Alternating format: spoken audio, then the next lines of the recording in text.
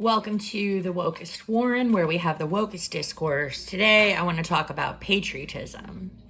Now, we just went through the 4th of July, but I have a feeling that this discussion about patriotism is going to continue as the war bullshit continues. Because even though it looks like the war with Iran is finally wrapping up, I'm sure that Trump is going to go do another war somewhere. I know it's only a matter of days, probably, before Trump decides to invade Greenland.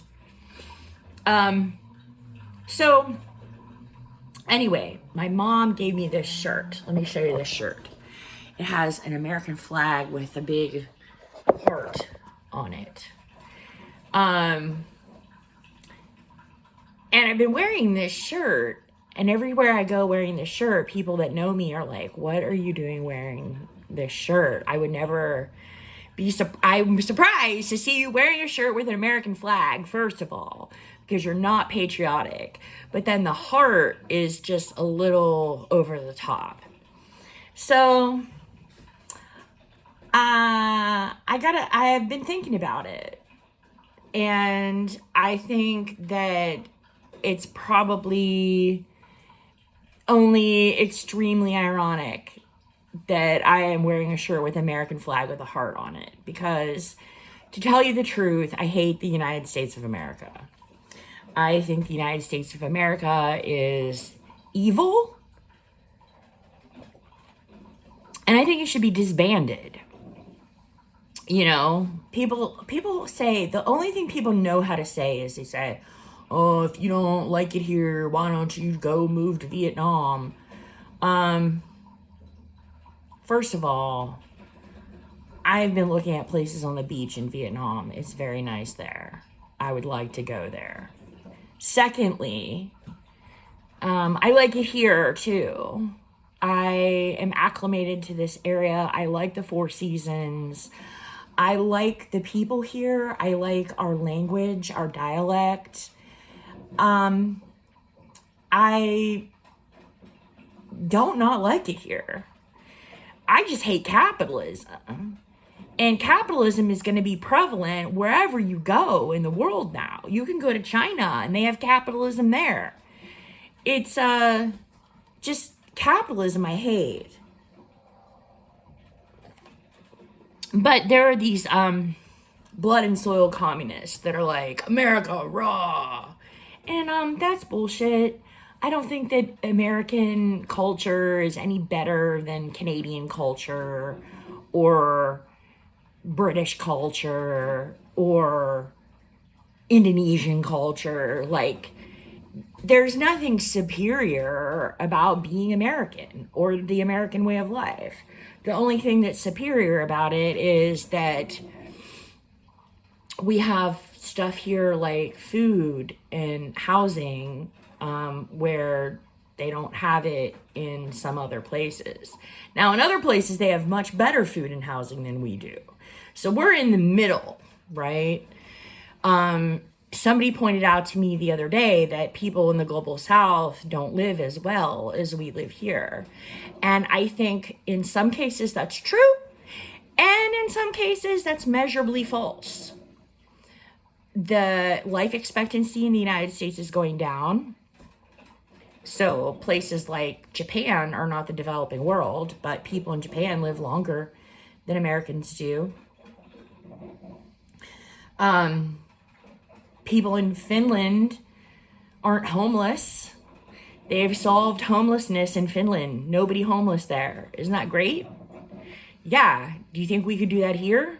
Of course we could do that here, but not under capitalism, because the capitalists won't allow it. See, capitalists love there being homeless people, and I'll tell you why. When there are people who are homeless, that's your incentive to go to work.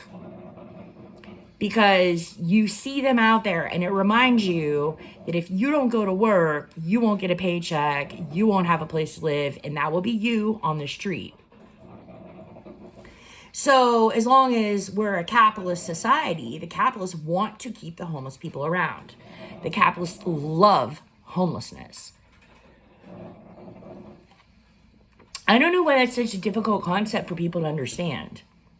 That all of the shitty things that you see here can be traced back to capitalism. Another thing that I wanted to talk about, I'll go back to talking about patriotism in a little bit. But another thing I wanted to talk about was fentanyl. Now, I don't know a lot about drugs in Warren because I don't work at a hospital. People, if you have a friend that works at the ER, they'll tell you all about the overdoses and, all of the problems with drugs that come through the hospital.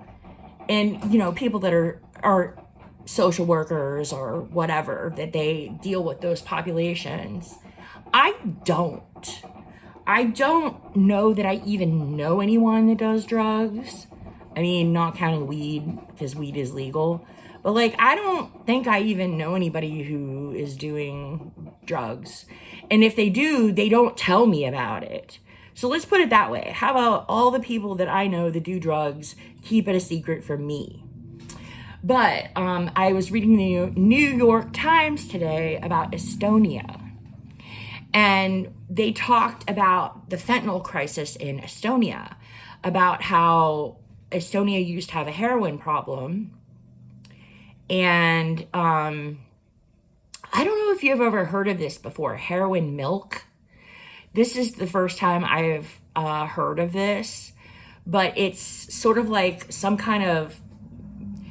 sort of substance in between opium and heroin, right? It's like a liquidy opiate.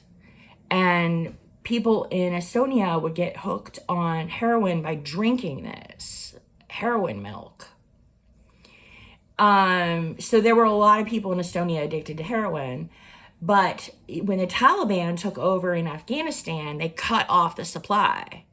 So boom, you had a huge number of addicts in Europe that were cut off from their supply of heroin opiates. So they had to switch to synthetic opiates. So they developed a fentanyl problem, which we have here in Warren.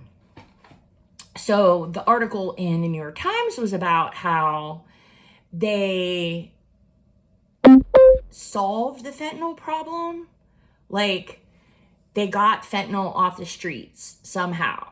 And don't ask me how they did it, but I'm sure that we can't do it here. We'll fuck that up. But the point is that as soon as they got rid of the fentanyl problem, other drugs started filling the gaps, because nowadays the drugs all come from a research laboratory. They invent new drugs all the time. So as soon as you get rid of one drug and you can get rid of it, as long as the addicts are there, as long as the population that demands the drugs are there will be another drug that will come in to fill the gap. And so they got this drug in Estonia called dog. And they call it dog because it makes you bark. Now, I've never seen anyone on drugs barking. This is something you could probably find if you searched Estonian YouTube. Needless to say, I don't want to take a drug that makes me start barking. But it just, to me, it just shows how short-sighted the war on drugs is. And you have these fuckers like J.D. Vance, they're like, stop the fentanyl from coming in from Mexico. When, first of all, everybody knows the fentanyl doesn't come from Mexico. And secondly, if you succeeded in doing that, if you were able to seal off the American border so that nothing could come here from another country, you can be sure that somebody would be cooking something up in an RV in the desert. And now it's not just meth, there's a lot of synthetic opiates. that are way harder to get off of than heroin and fentanyl because they're even more addictive. So what I would say is, I would say that as a public health policy, we're better off just treating the drug addiction. And insofar as the drug supply contains things that are dangerous that will kill people instantly, I don't even think they should fuck with it. I don't think they should fuck with it at all. Because the thing is, we have Narcan. And we can treat people who OD with Narcan. If we get rid of fentanyl, we're going to get some other drug in here, like Estonian wag the dog. And guess what? The Narcan's not going to work. So the death rate is just going to go up again. Why won't Americans learn that you cannot win the war on drugs? The only thing you can do is treat addicts and help people not want to do drugs. How do you do that? Well, you first of all solve homelessness. So let's talk about patriotism some more. American pride. Am I proud to be an American? No, absolutely not. I mean, you could ask me that when I was 3 years old. I would have said no. And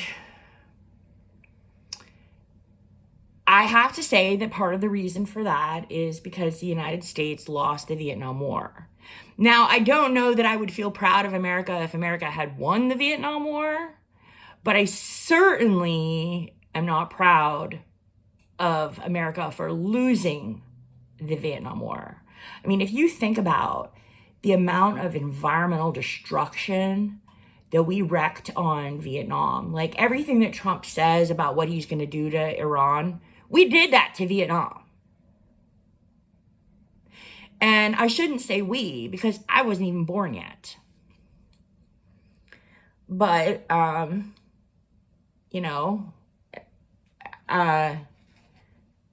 members of my family were in the military during the 1960s and 1970s. So I can say members of my family did that.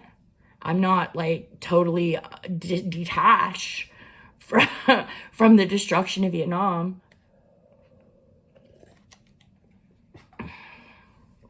But like, why would you do that? Vietnam was such a small country in the developing world. And here comes the big bully United States that's like, we're going to destroy all of your land. We're going to destroy 80% of your forest and kill 90% of your population. That's what a bully does. That's why I'm not proud to be an American, because that shit is bully shit.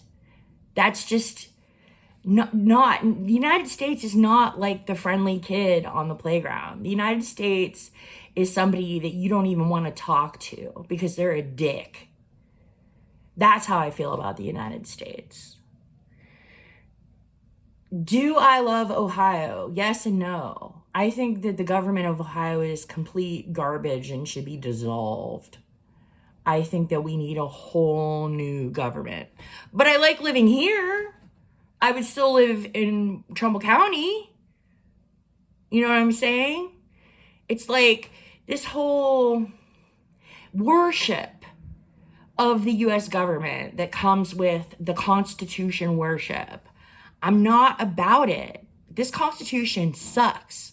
This Constitution counted Black people as 3/5 of a person. That's really all you need to know. It's really not good. It's not a good Constitution. Other countries have better constitutions. And it's obvious if you look at the functioning of government in any parliamentary country like Japan, France, Italy, Germany, Britain, they're all more functional than the United States is.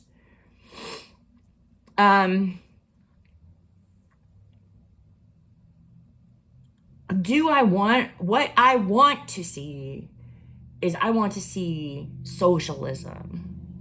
I want to live in my home right here in Trumbull County, and I want a socialist government. I am not the only one. Isn't that great?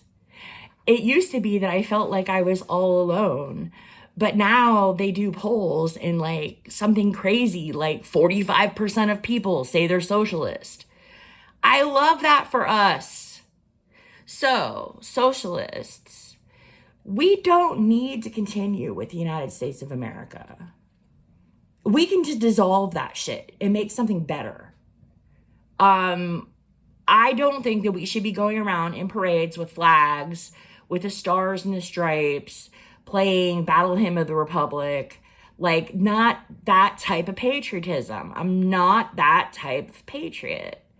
I am the type of patriot that loves the people in my community so much that I think that we can create a government that is even better than what we have now. And we will. Thanks for listening.